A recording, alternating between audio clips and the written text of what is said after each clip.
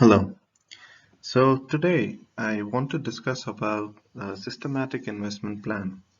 So it's a very good instrument. People have been using it for ages and it's been really popular among youngsters also. And it's really good to see people taking interest in systematic investment plan. And systematic investment plan is a very safe way to get into the stock market, the equities, and it helps you accumulate money even when the market is low, and it helps you to grow money when the market goes high. So this is one investment that helps you even when the market is in a low or high. But why I want to discuss when not to invest in an SIP. These are a couple of things when that people or salespeople don't tell you, or people don't realize. They only see the returns. So I really want to emphasize on those two things in this presentation. So first, I want to tell you mutual funds or SIP are great ways, and I personally am a big fan. And I suggest people to get into investing in SIPs or mutual funds as early as possible so that they have a good corpus amount after a certain age when they have responsibilities on their shoulders. And I really want to share these two things. One is an article on money control. It would take maybe hardly 5 minutes for you to read. And second one is a video. It's a very good short movie made on the importance of savings and also the importance of SIPs, the advantages of SIPs. But today in this video, I really want to focus also on the disadvantages of SIP, which is very important. So how can SIP or mutual funds be non-favorable? So before going into that, we need to answer one more question. What is the requirement of saving money? Why do we need to invest? Growth, good, that's one. But there are many other reasons some people invest to to achieve certain goals of traveling, buying a car, a better life, etc., etc. There can be millions of reasons for people to save money. But one very big reason for savings provide financial security. It is supposed to help us in our tough times. It is an emergency fund. When your regular income source is not there, you try to lean on your savings for your survival. So now I want to see how good can SIPs be in terms of an emergency fund. So one thing you need to know is you may not get good returns when you need it. I will elaborate more on that in the further slides. And second thing, sometimes you might not be able to withdraw your savings when you need it. So in this presentation, I'm trying to focus on the word need. Why? Because in good times when everything is good, the market is good, everyone is having their jobs, the business might be running good, and you really don't bother. You don't have to worry about money. You keep pumping your money in savings. But when during the time of distress, like currently in the COVID-19 situation, people are losing jobs, you might need your money, and you might, be in a very awkward situation where your incoming has stopped and you really want to withdraw that money. But imagine if you're not able to withdraw that money. So for the second point, the cases where you cannot withdraw your money is the mutual fund or SIP which has a lock-in period. So some ELSS fund, tax saving funds have a lock-in period of 3 years, 5 years. So there you really need to be careful until and unless your time is complete of 3 years or your lock-in period is complete, you will not be able to withdraw your savings. Or if you have to withdraw, it might cost you a lot of premium to withdraw those money. So please be careful with the second point. And for the first one, let me elaborate. So this is a statement of a index fund SIP. This is my SIP. So this is with UTI mutual fund. Uh, so now here I had, okay, let me just put on the highlighter. Yeah. So here back in 2017, I had made a lump sum investment at 62 rupees per unit. So I got 1610 units, that's fine. And in the beginning of the year 2020, I received a lump sum amount from a LIC refund. So I thought rather than investing all at once, I would invest it through SIP.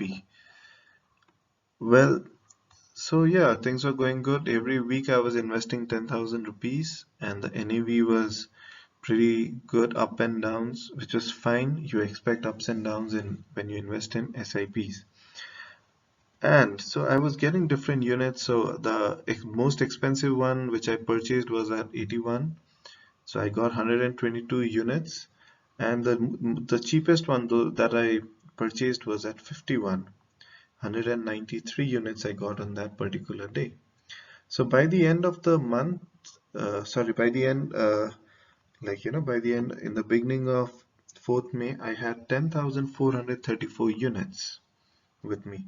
So the total amount that I invested was 6,80,500, and the NAV on this date is 58.76. Now, the number of units that I have is 10,434, and the NAV is 58.76. So my total investment has gone down by 68,000, which is absolutely fine because when the market goes up, this investment will go up. So I've just worked out. So I assume by 2021, 1 year down the lane, even if the NAV comes back to 70, so the market today is at the Nifty 50, which is the stock index of India, is at 8,872. And whereas I assume, for this assumption, I assume let the market be at 10,500, maybe 1 year down the lane. So on that day, my investment will be 7,30,380. It would be 1,17,000 more than what it is today. But my problem is I need the money today because it's the time for admissions, school admissions, and maybe I need some money for some hospital expense, any emergency, and I cannot withdraw this money. If I withdraw this money, I'll have to pay a premium of 70,000 rupees. I'll have to make a loss of 70,000 rupees, whereas I could sell it at 117,000 more than what I can get today. So that is why this can be very dangerous. You really need to be careful as to where are you exiting in a mutual fund. So solution: the savings you keep for your financial security should be in a low risk portfolio. So low risk portfolio can be your fixed deposit, recurring deposit, provident fund, or maybe the post office deposits. Why? Because those funds they do not deteriorate over time. Inflation might play a role, but yeah, otherwise they do give you certain interest rate. And when you withdraw that money, at least your principal amount is safe, even if your interest might be compromised a bit here and there based on the penalty. So it's very safe to invest those money over here.